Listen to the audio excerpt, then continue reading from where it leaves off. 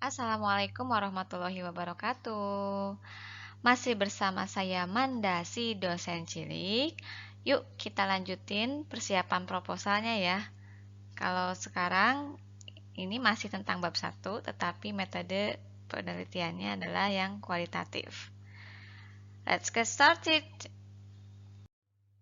Buat teman-teman yang baru gabung, saya mau kasih tahu bahwa sebelumnya saya sudah upload video mengenai cara memilih metode untuk persiapan proposal dan bagaimana cara menyusun bab 1 untuk metode kuantitatif.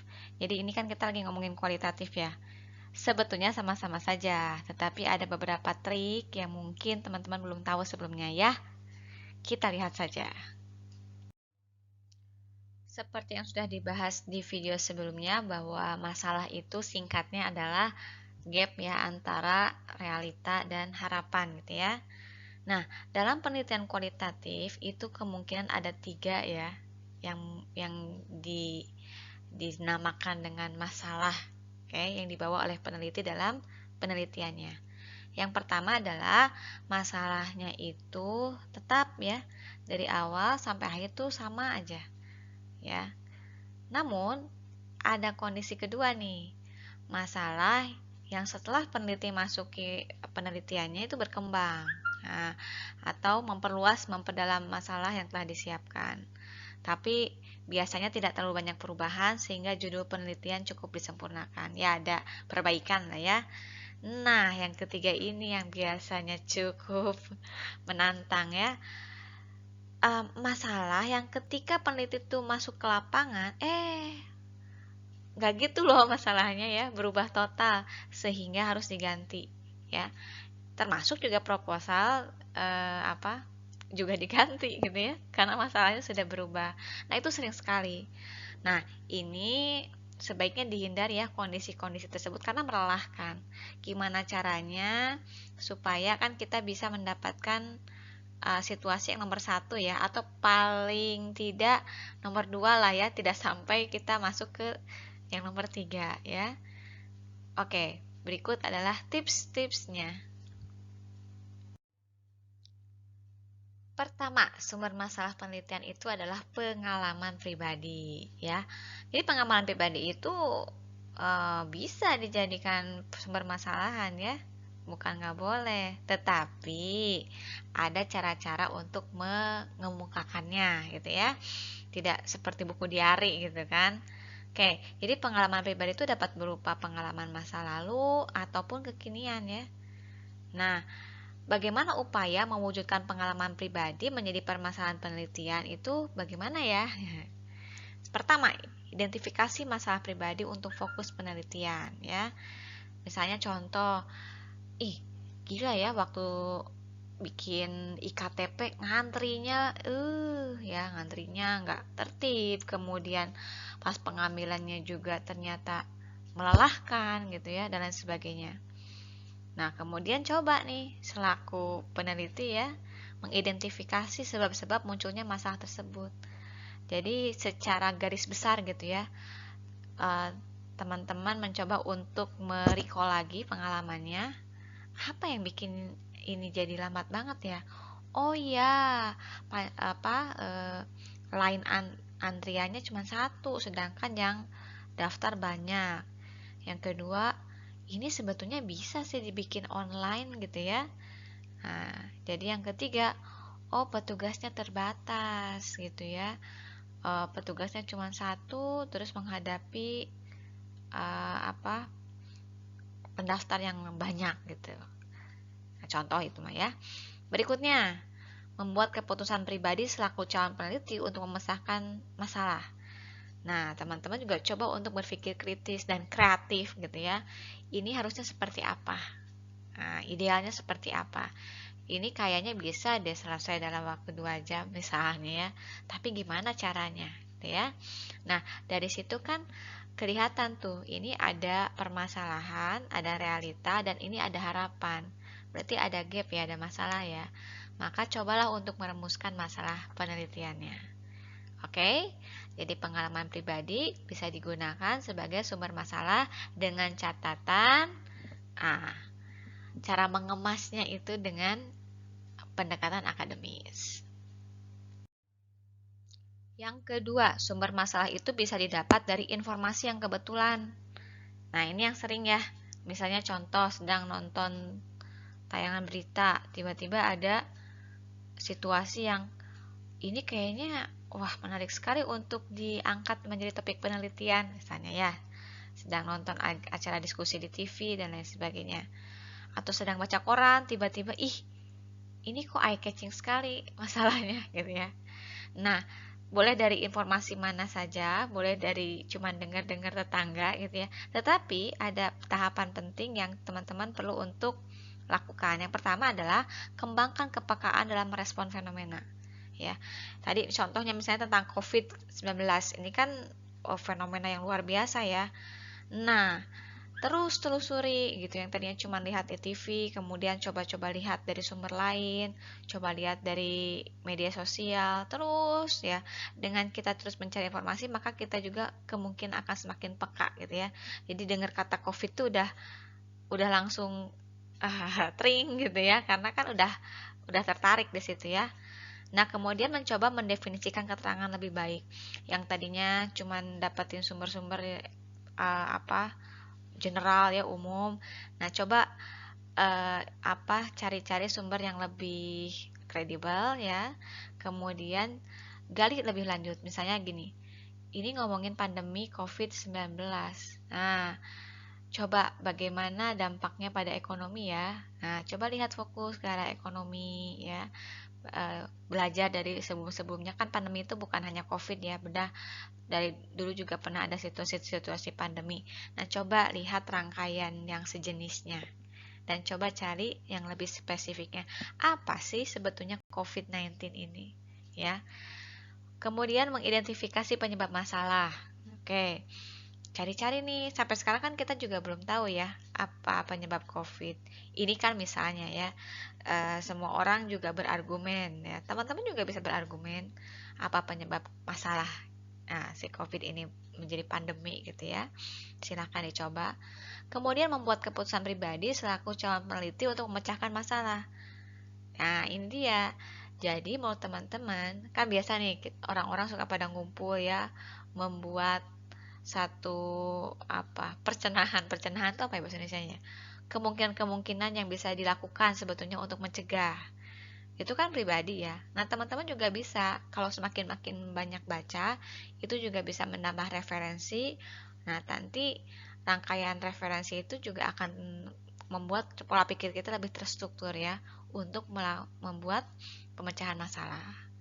Nah, baru deh dari situ kelihatan antara masalahnya dan kemudian situasi ideal yang diharapkan ya. Baru bisa merumuskan masalah penelitiannya. Selamat mencoba. Nah, kalau pendekatan ini memang yang paling saya sering anjurkan ya pada mahasiswa gitu. Karena apa? Kemampuan mahasiswa untuk merecall kejadian yang pada apa? Terjadi pada dirinya tadi ya. Kemudian juga meng-catch up sesuatu yang kebetulan itu agak sulit mereka kemudian coba untuk menuangkan pada tulisan. Tetapi kalau hasil diskusi akademis ini cenderung lebih mudah. Makanya saya selalu sarankan kalau yang mahasiswa awal-awal gitu ya, coba kamu datengin informannya. Jadi kalau misalnya dalam penelitian bab kuantitatif itu kan eh, ke ke apaan ya? Kebakuan dari teori itu kan sangat penting ya untuk menyusun hipotesis. Tetapi untuk di kualitatif, saya selalu sarankan adalah sebelum kalian membuat proposal, kalian sudah tahu dulu ya, kalau misalnya mau menggunakan in-depth interview atau wawancara langsung, siapa calon informannya, atau menggunakan FGD, siapa calon peserta FGD-nya.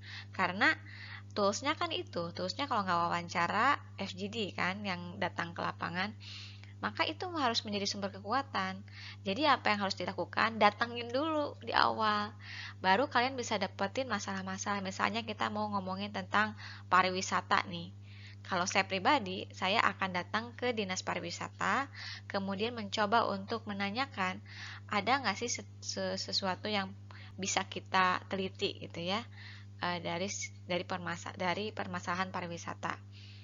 Mungkin mereka akan memberikan beberapa informasi, kemudian kita akan pilih.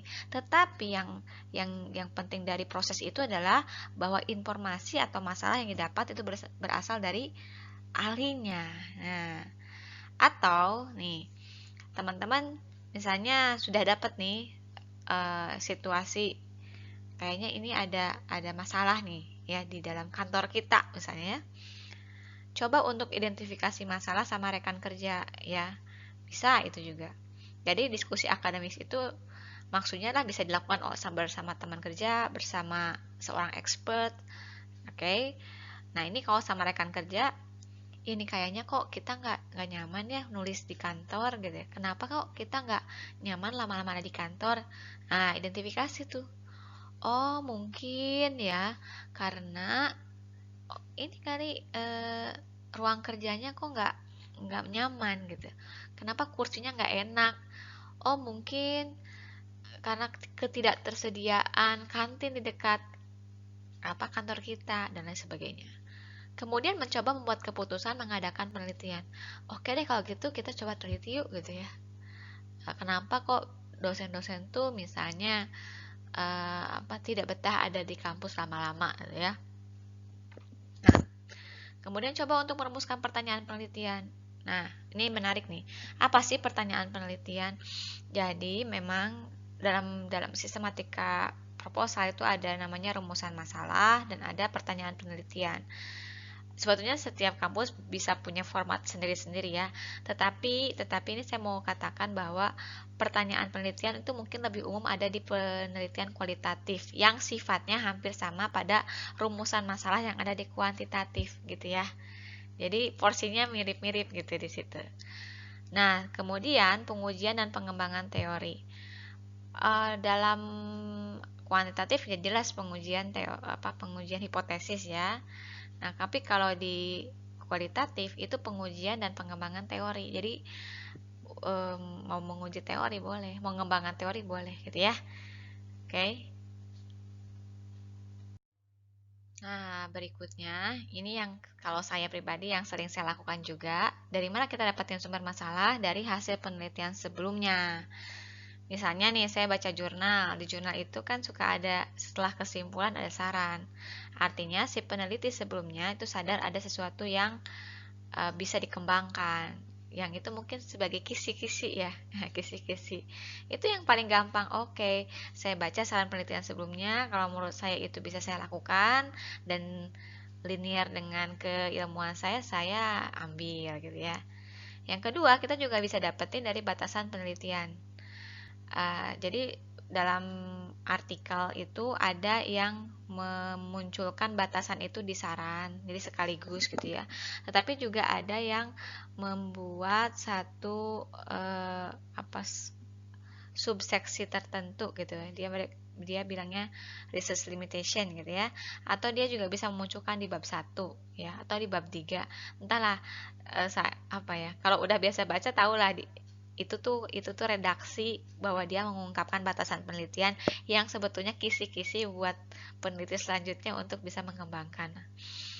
Berikutnya dari state of the art gitu ya. State of the art itu adalah penelitian dari cara bagaimana si peneliti sebelumnya itu menyusun literatur review. Di bawah itu sering ada state of the art itu artinya bagaimana posisi dia itu dibandingkan dengan penelitian-penelitian yang sejenis.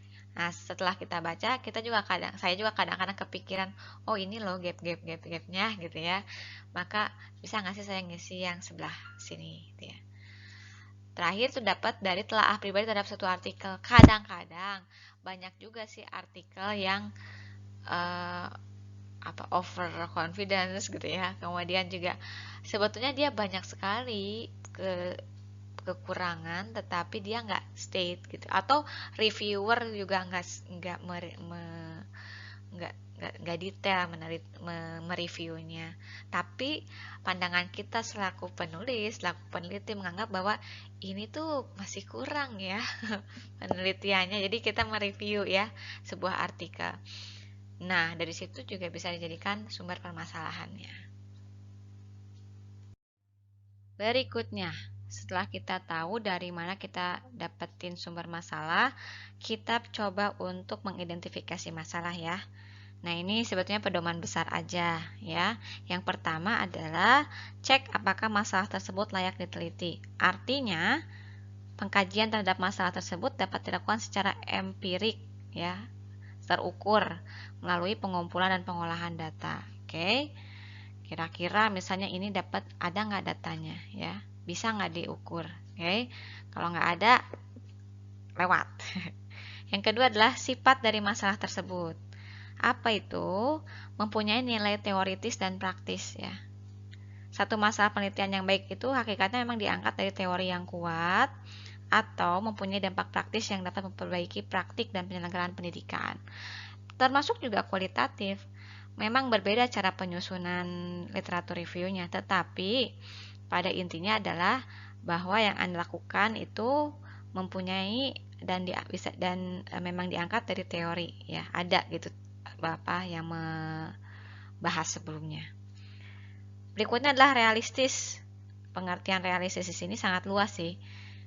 Misalnya contoh keterjangkauan dalam hal kedalaman konsep ya, ketersediaan waktu, tenaga, dan biaya. Misalnya contoh mau meneliti tentang COVID-19 gitu ya. Nah, itu kan situasi yang ongoing ya, kita nggak tahu kapan selesainya gitu. Nah, itu juga perhatikan batasannya mau sampai di mana gitu ya.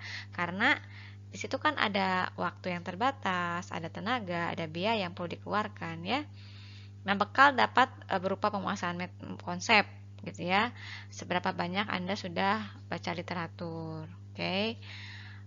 Contohnya apakah ini terlalu berlebihan untuk anak S1 ya?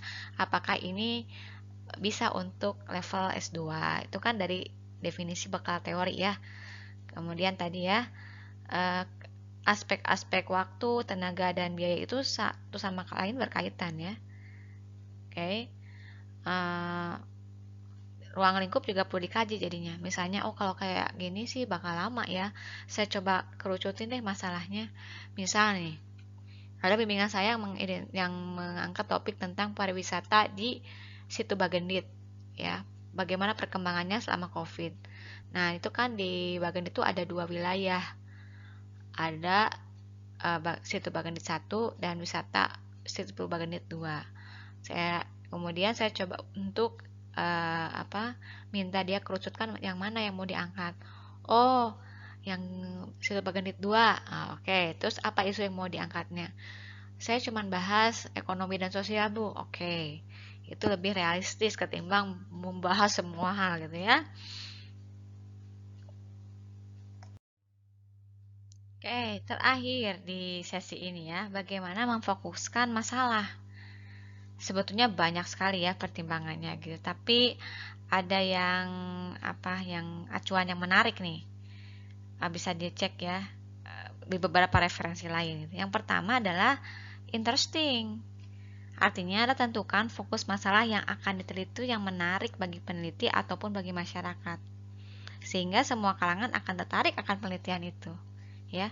Jadi sangat boleh untuk mempertimbangkan fokusnya adalah interesting. Yang kedua adalah yang paling aktual.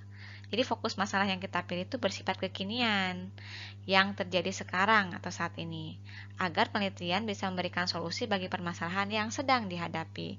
Jadi boleh juga meneliti sesuatu yang ongoing ya. Berikutnya adalah bisa meneliti sesuatu yang monumental, yaitu masalah yang diangkat oleh masyarakat, seperti sosial, agama, dan sebagainya.